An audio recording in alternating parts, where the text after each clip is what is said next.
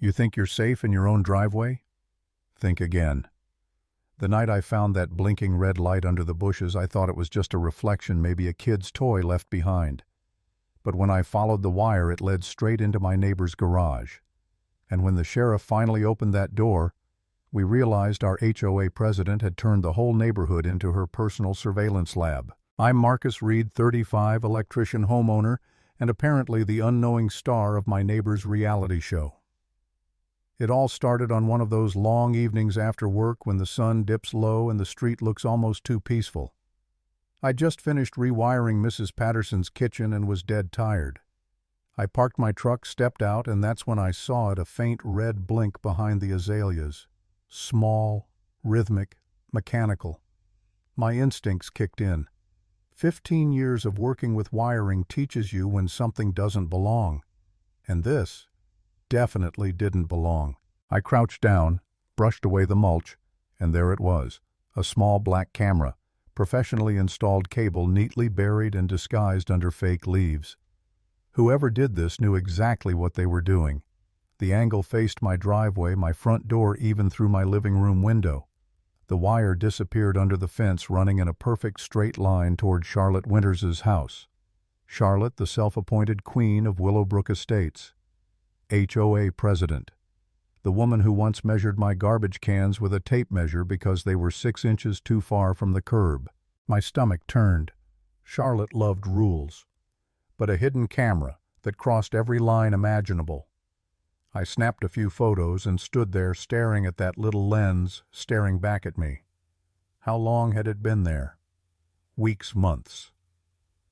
Was she watching right now? That night I barely slept. Every creak, every rustle outside felt like eyes on me. My mind kept replaying the image of that red light blinking in the dark. By 6 a.m., I'd given up on sleep. Coffee in hand, I went back out to check in daylight. The wire was thick, too heavy for a simple camera. My gut told me this wasn't a one-off. There were probably more. Part of me wanted to storm over and confront her right then. But another part, the electrician part, said, "Get proof first." Logic over rage. So I started tracing. The cable ran neatly beneath the fence past the Hendersons' yard.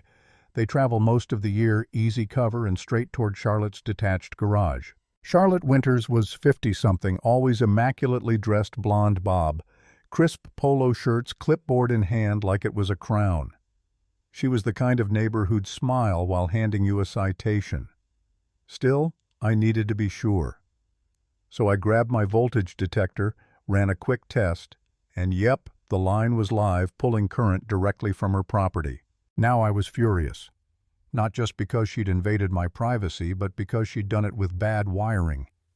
The gauge was wrong, connection sloppy. It could start a fire. I took more pictures and went back inside pacing. What do you do when your neighbor, the person in charge of enforcing community rules, is secretly breaking federal law? I considered calling the cops right away, but I knew Charlotte. She had friends on the HOA board, connections at City Hall. If I made a claim without hard proof, she'd bury me in violation notices. So I made a plan. Step 1, gather evidence. Step 2, call Blake. Blake Martinez, my best friend since high school now, a deputy sheriff. Straight shooter, loyal, and way too patient for this job. I texted him, "Need your help. Possible illegal surveillance." His reply, "What the hell? Marcus B. at Murphy's Diner tomorrow, 8 a.m. But that evening I couldn't resist one thing. I had to see her face. So I walked over, pretending to be casual, toolbox in hand. When she opened the door, I could smell the bleach and perfection behind her. "Marcus," she said with that icy tone, "something wrong again with your garbage cans?" Actually, I smiled. I've noticed some electrical fluctuations around the neighborhood. Thought the HOA might have hired someone new to do line work. Her eyes flicked just for a second toward the garage, then back to me. "No," she said quickly. "Everything's perfectly fine. Maybe it's your wiring." I laughed softly. "Could be. Oh, by the way, nice new security setup. Those lights near your garage must use a lot of power." She shifted, blocking my view. "Everything on my property is up to code, Marcus." I nodded, still smiling. "Of course it is." When I turned to leave, I could feel her watching me. That's when I knew. She was guilty. Next morning at the diner, Blake showed up in uniform, coffee in hand. "You look like hell," he said. "Wait till you see this." I slid my phone across the table, photos of the camera, the buried cable, the power readings. His cop face turned on instantly. "Marcus, this isn't a neighbor dispute. This is criminal. Unlawful surveillance, trespassing, probably wire fraud if she tapped the main line." "You sure about the source?" "As sure as I am about 120 volts running through that wire." He sighed. "All right. We'll handle it by the book. You show me the setup, then we'll pay Charlotte a little visit." We drove back to my place. Blake knelt by the bush, following the wire with professional precision. "This is insane," he muttered. "She buried it under the Hendersons' yard. Who does this?" "Charlotte," I said flatly. We traced it all the way to her garage. There, half hidden behind a trellis, was a junction box. Not residential, industrial grade. Blake frowned. "That's enough for probable cause. Unsafe wiring equals emergency inspection." My heart pounded as we walked up her driveway. Charlotte answered, wearing her usual perfect white blouse, pearl earrings, and that plastic smile. But the second she saw Blake's badge, her face drained of color. "Good morning, Mrs. Winters," Blake said. "We're conducting an electrical safety inspection. We'll need to check your garage." "What, I haven't requested any inspection. There's evidence of an unpermitted electrical installation posing a community fire hazard." She hesitated. I need to see a warrant." "For emergency safety checks, we don't need one," Blake said calmly. "But you're welcome to refuse. I'll just call the fire marshal and building inspector. That could get messy." Charlotte swallowed hard, then stepped aside.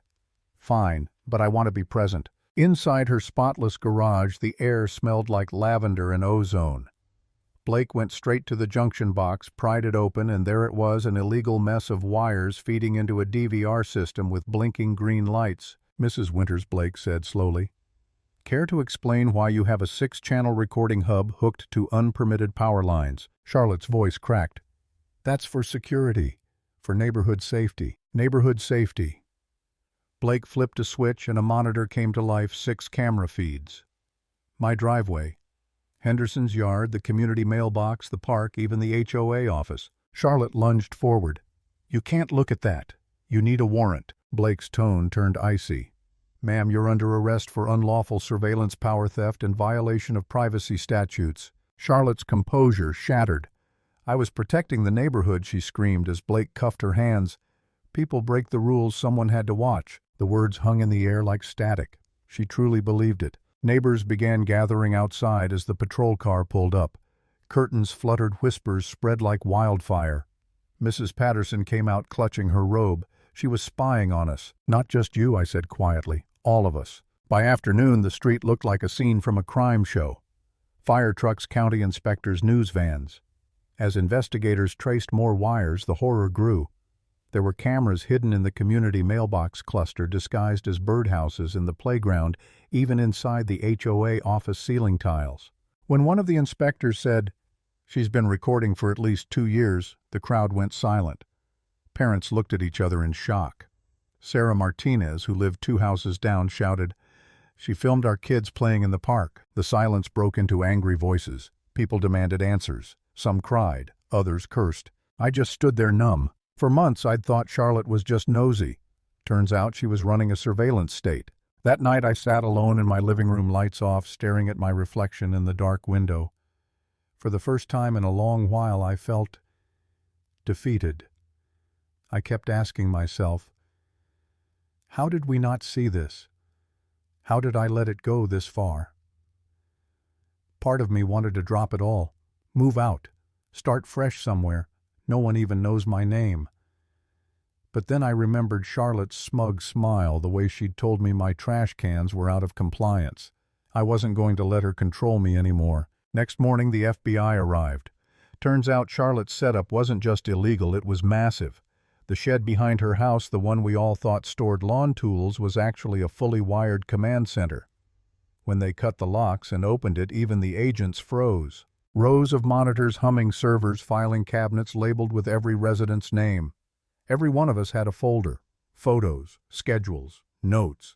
She'd documented who we were, what we did, even who visited our houses. Blake picked up a file labeled "Read Marcus."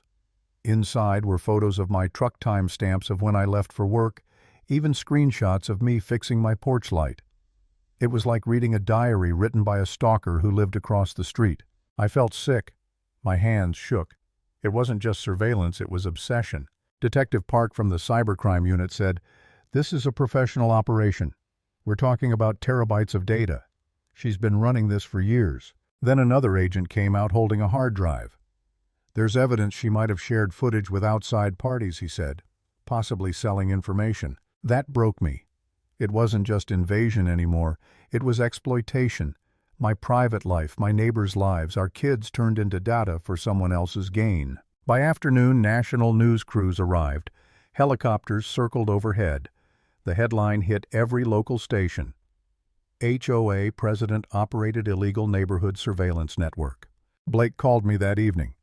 "Marcus, she's being charged with 14 federal crimes, wire fraud, stalking, illegal surveillance, civil rights violations. She could get 40 years. 40 years. I walked to my driveway, the same spot where this nightmare began. The bush was gone now, just a patch of dirt where that camera once blinked. The sun was setting again, painting the houses gold. For the first time in months, I didn't feel watched, just tired. A week later, they sentenced her to 12 years in federal prison plus restitution to every resident she spied on. $200,000 in damages. Permanent ban from any HOA position. When I heard the news, I didn't cheer. I just sat there staring at the fence that used to hide her cables and thought about everything she'd destroyed. The trust, the peace, the idea that our neighborhood was a community instead of a collection of scared people behind blinds. That night, as the cricket started up and porch lights flicked on across the street, I finally exhaled. It's strange how one blinking red light can change the way you see everything. Now I check every shadow, every glint of metal, not out of paranoia, but awareness. Because if I've learned anything from Charlotte Winters, it's this: power without limits turns concern into control and turns a community into a cage.